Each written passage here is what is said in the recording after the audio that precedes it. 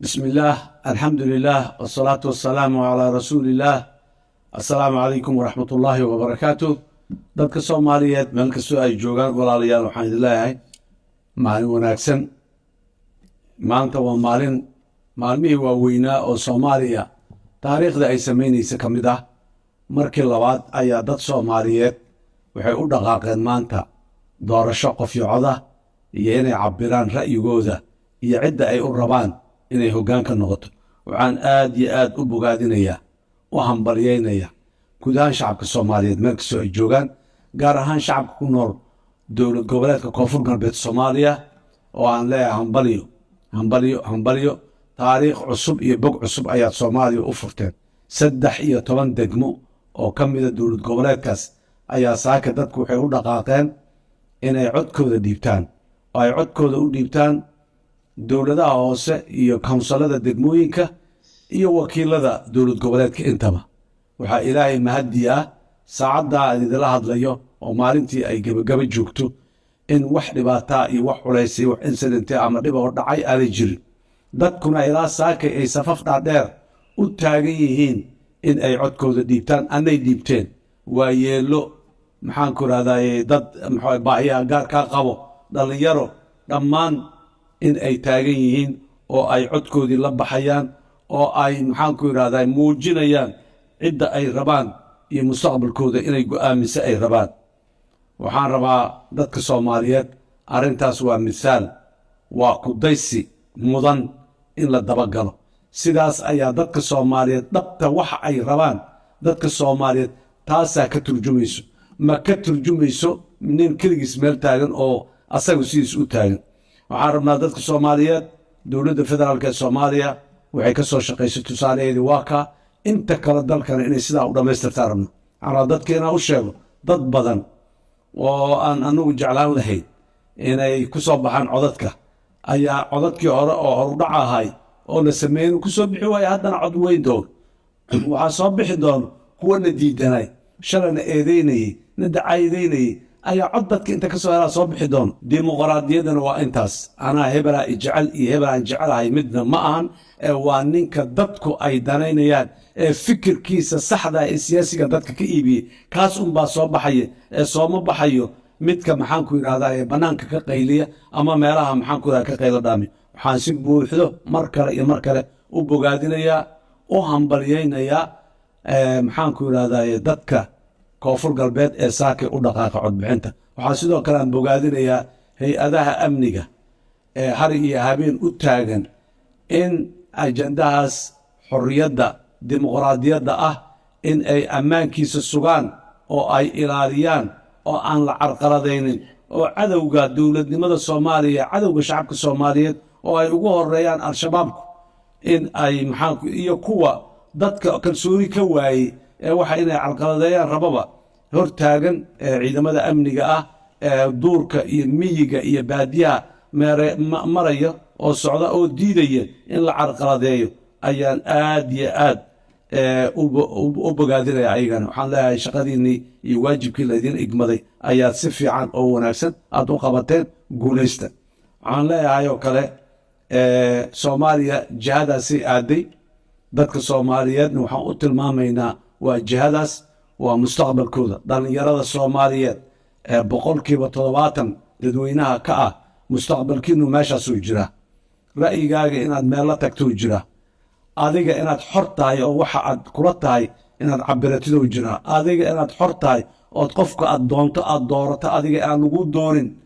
ayaa mustaqbalkaagu jiraa adiga inaad xor tahay oo aad isu soo sharaxi karto hal lay doorto anaa dadka maslaxad u haye aad dhihi karta ayore yaan lagu isticmaalin adiga ra'yigaaga iyo awooddaada iyo caqliga aad leedahay isticmaal dhallinyaroy waa halka fursaddeena mustaqbalka ay jirto waxaan rabaa inaan sidoo kale aan soo qaado magaalada Muqdisho waxaa looga dhawaaqay banaanbax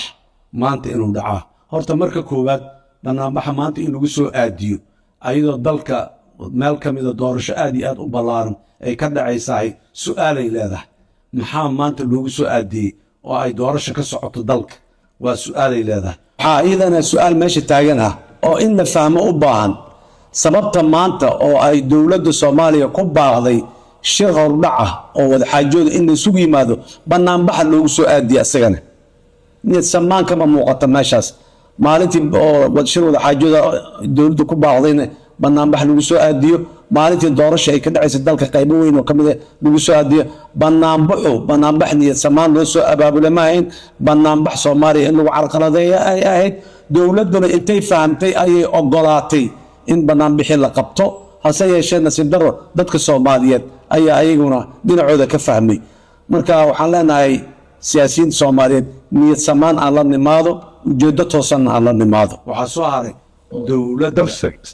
federaalka ee Soomaaliya waxay mas'uul ka tahay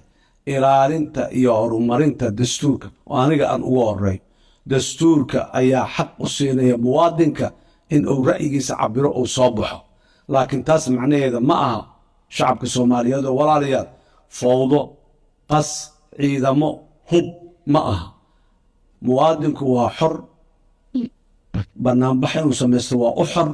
dowladdu ma diidana dowladdu waxay ballan qaadaysaa amnigiisa inay sugto in aan la qashqashaadin inaan la waxayn laakiin waxaan rabnaa dadka aan ujeeddadu ay ka tahay kelmaddii saxda ahayd ee sida qaldan loo isticmaalaya mudaaharaadka uu ka yahayna inaan ka taxadirnaan u baahnayn waxaan leeyahay walaalayaal ra'yi siyaasadeed oo dadka laga gada la imaada xasaasiyaadka iyo caatifadaha dadka yaan la kicinin hadda 36 sano ka hor aan caatifada dadka kicinay dhibaatadii naga gaartay waan garanayna dadka ra'yi siyaasadeed oo mustaqbalkooda u tilmaamayo oo wanaagooda u tilmaamaya hala tusiyo ayaan la isticmaalin oo si qaldan loo isticmaalin intaas ma raba inaan ku sii dhaafo dadku waa xor waa mudaaharaadi karaan saacaday doonaan ay mudaaharaadi karaan meeshii la isla gartay ku mudaaharaadi karaan dowladdana amnigooda ayay ballan qaadaysaa inay ilaaliso hadday tahay cadowga nabaddiidka ah hadday tahay mid gudaha inuu carqaladeyn rabo dowladda Soomaaliya waxay boqolkiiba boqol ballan qaaday amniga siyaasiyiinta waa xor magaaladay xor u yihiin banaanbaxay xor u yihiin inay ka hadlaan oo dadka hor istaagaan ay ra'yigooda siyaasiga u sheegaan ayay xor u yihiin marna dowladdu kama soo horjeedo mana diidana laakiin yaanu noqonin banaanbaxa meel ay abeesooyinka iyo qaabdarooyinka dadka ay ugu soo dhexgabadaan ayayna naqanin banaanbaxa waxaa mamnuuc ka ah hub waxaa mamnuuc ka ah in lasoo hubeeyo oo dad hubaysan socdan la yiraahdo banaanbaxay qayb ka yihiin ama banaanbaxay ilaalinayaan banaanbaxa dowladda Soomaaliya ay ilaalinayso amniga caasimadda ka jira dowladda ilaahay ka sokow dowladda ka mas'uula dadka caasimadda ku nool dowladda ka mas'uula amnigooda banaanbaxooda iyo xuquuqdooda inay meel barsanaadaan dowladda ka mas'uula amniga banaanbax kasta oo la qabanayo dowladda ka mas'uula ayadaa ilaalinayso qof gaara ma ilaali karo maleeshiya laguma ilaali karo qoray aan sharciyeysnayn oo nin muwaadin uu la ordaayo la cararayo laguma ilaali karo dowladda iyo hay-adaheeda amniga ee magaaladan amniga ka dhigay ayaa ilaalinaya ayagoo difaacayo oo xurmaynayo xuquuqda muwaadinku uu u leeyahay inuu bannaan baxo yaan dadka la khaldin yaan dadka been loo sheegin yaan dadka jiha aanay wax ka jirin la aadinin walaalayaal dalka Soomaaliya dimuqraadiyad iyo xorriyad iyo amni iyo deganaansho u dhaqaaqa xaggiisa dowladdii intaas horseedaysay laguma eedayn karo inay amni darro iyo maxaa carqaladeyn wado laakiin dadweynaha Soomaaliyeedu xoraa tihiin banaanbaxaad xor u tihiin codkiina xor u tihiin inaad doorataan ciddii idin hogaaminaysaad xor u tihiin ajandaha dowladda ay leedahay kaas waay mid ka duwan ma aha yaan idinku qalluucinin aad iyo aad ayaan mar kale iyo mar kale aad u mahadsan tihiin waxaan idiin rajaynaynaa guul shacabka Soomaaliyeed guul mar kale iyo mar kale shacabka koonfur galbeed hogaankooda dhaqanka hogaankooda siyaasadda hogaanka amniga meeshaas ka jira iyo hay-adaha dowladda intaba waa bogaadinaynaa hambalyaan leenahay hambalyo Soomaaliya waddo cusub u furteen wad ku dhiirateen oo ku horkacdeen Soomaalina waddadaas fiican way idinku daba kacay haddii alla yiraahdo aad iyo aad ayaa u mahadsantihiin assalaamu calaykum waraxmatullaahi wabarakaatuh